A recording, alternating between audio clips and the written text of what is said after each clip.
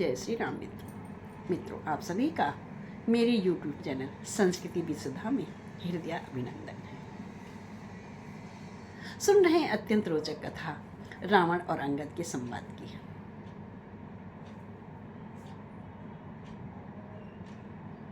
कुछ सुनी होंगी, कुछ अनसुनी होंगी, तो ये भी अनसुनी कथा है। मित्रों, अगर आप सभी को मेरा यह प्रसंग अच्छा लग रहा हो तो मेरे चैनल को लाइक, शेयर एंड सब्सक्राइब अवश्य करें। मित्रों, ऐसा कहा जाता है कि रावण ने कहा, मैं इतने ऊंचे सिंहासन पर बैठा हूँ, तुम नीचे खड़े होकर मुझसे प्रसंग कर रहे हो, मैं बात बराबर वालों से करता हूँ। और अंगद से बैठने के लिए कहता है कि उधर उस आसन पर बैठ जाओ। अंगद ने कहा, नहीं, मैं उस परम तेजस्वी, परम शक्तिमान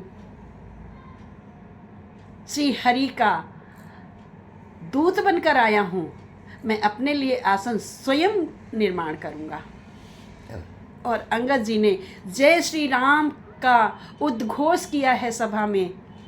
और उद्घोष करते हुए अंगद ने अपनी इतनी पूंछ को इतना बढ़ाया है, ऐसे गोल गोल गोल गोल गोल गोल घुमाते हुए बहुत ऊंचा कर लिया है। रावण से ऊंचा अपना ऐसे उस पूंछ से गोल गोल घुमा करके आसन बना लिया है और उस पर चढ़कर जय श्री राम करके बैठ गए हैं और बोला, अब मुझसे शास्त्रार्थ करो। रावण कहता है, शास्त्रार्थ की तो बात ही नहीं अंगद, तुम बहुत भोले हो। रावण को तुम समझा रहे हो। नहीं अंगद, तुम्हें स्वयं को समझना है। तुम्हें स्वयं को समझना है कि तुम्हें किसके साथ होना चाहिए। एक बलशाली राजा के साथ होना चाहिए या एक ऐसे राजा के साथ होना चाहिए जो निष्कासित है, जो पत्नी के विछोह में दर दर भटक रहा है और उसके साथ उसका छोटा भाई भी दुखी हो रहा है। क्या ऐसे? अगर तुम्हारे प्रभु का इतना प्रताप है तो मैं तुम्हें पकड़ने जा रहा हूँ, तुम यहाँ से भाग कर दिखाओ। रावण ने कहा, अंगद ने कहा, भागना तो दूर, तो पकड़ना तो दूर, तुम मेरा पैर भी नहीं हिला सकते हो।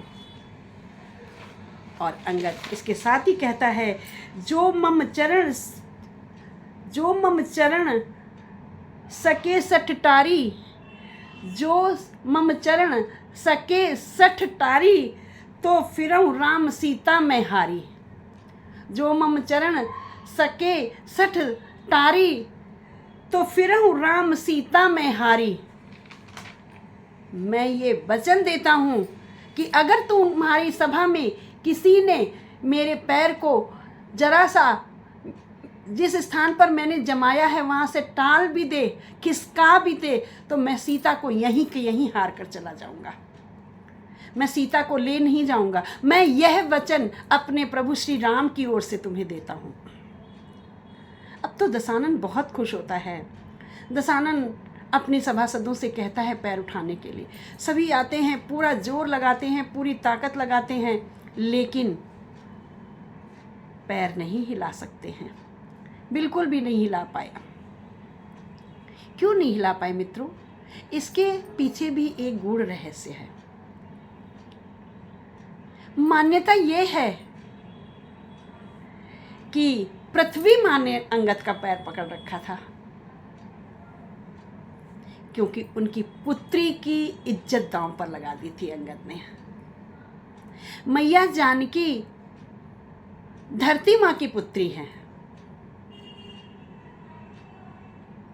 धरती से उत्पन्न हुई है ना, तो मैया जानकी धरती की पुत्री हैं।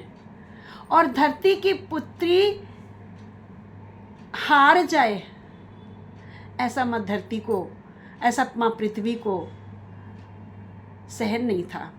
इसलिए अंगद का पैर माँ पृथ्वी ने पकड़ रखा था, क्योंकि सीता को दांव पर लगाया था अंगद ने। रावण चलता है अंगद का पैर उठाने के लिए। उससे पूर्व अंगद कहता है, रावण मेरे पैर छूने के स्थान पर तुम श्री रामचंद्र जी के पैर पकड़ो जाकर, जिससे तुम्हारा उद्धार हो जाएगा। अभी भी मैं तुम्हें समझाता हूँ कि तुम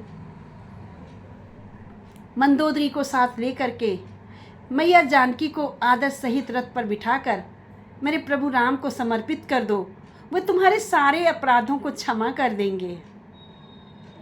इस बात को सुनकर रावण अत्यंत जोर से अट्टहास करता है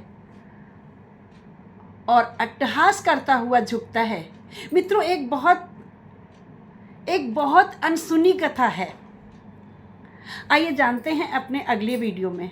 आपने सुना नहीं होगा कि इसके बाद क्या हुआ है, रावण के साथ हुआ क्या है। इतनी विचित्र घटना घटी हुई है, शायद ही आप लोगों ने सुनी है। बने रहिएगा मेरे वीडियो में मेरे साथ।